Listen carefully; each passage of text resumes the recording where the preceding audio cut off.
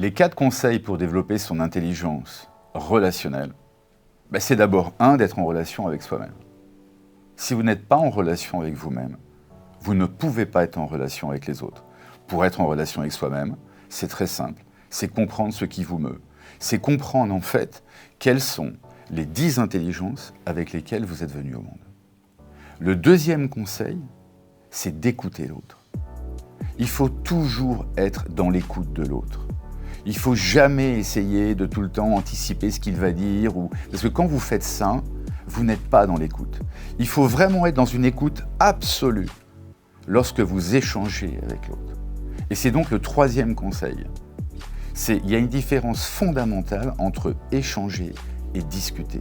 Dans discuter, vous avez le préfixe « dis », séparatif. Ça veut dire que j'essaye de vous imposer un point de vue, donc je ne vais pas vous écouter, parce que je suis mu par ce point de vue que je veux vous imposer. Mais si je veux vous imposer ce point de vue, c'est qu'en fait, ce point de vue n'est pas réglé chez moi, parce que sinon je n'aurais pas à chercher à vous l'imposer. C'est le fameux « c'est celui qui dit qui est de l'école » et qui est absolument fondamental. Donc dans l'intelligence relationnelle, il faut vraiment comprendre qu'il faille être dans l'écoute et plutôt dans l'échange. Vous êtes en droit de penser ce que vous pensez.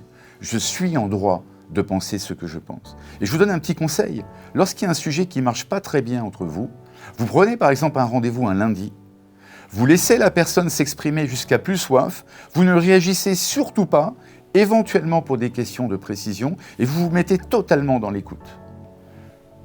Ensuite, 2 jours ou 1 jour après, ça sera à votre tour, en fonction de ce que vous avez entendu, de venir parler jusqu'à plus soif sans être interrompu par l'autre. Et vous verrez, c'est une démarche qui est beaucoup plus féconde, qui est très constructive. C'est de la co-construction. Enfin, l'intelligence relationnelle, c'est de l'empathie. L'empathie à ne pas confondre avec la compassion. L'empathie, c'est pas « Oh, viens pleurer dans mes bras, comme tu vas mal, je vais te donner des recettes pour réussir ». Ça ne fonctionne pas, parce que vous donnez des conseils à des gens qui ont peut-être marché pour vous, mais vous ne vous mettez pas à la place de la personne. L'empathie, c'est quelqu'un va vous exposer un problème. Vous devez être dans l'écoute. Vous savez que ça va venir réveiller chez vous des choses, bien évidemment, parce que ça ne va pas vous laisser insensible. Mais tout le jeu, c'est de mettre de côté ce qui est remué chez vous pour justement aider l'autre, sans filtre, à essayer de comprendre ce qui le meut vraiment et la raison de son malheur, afin qu'il puisse trouver pas tout seul la solution.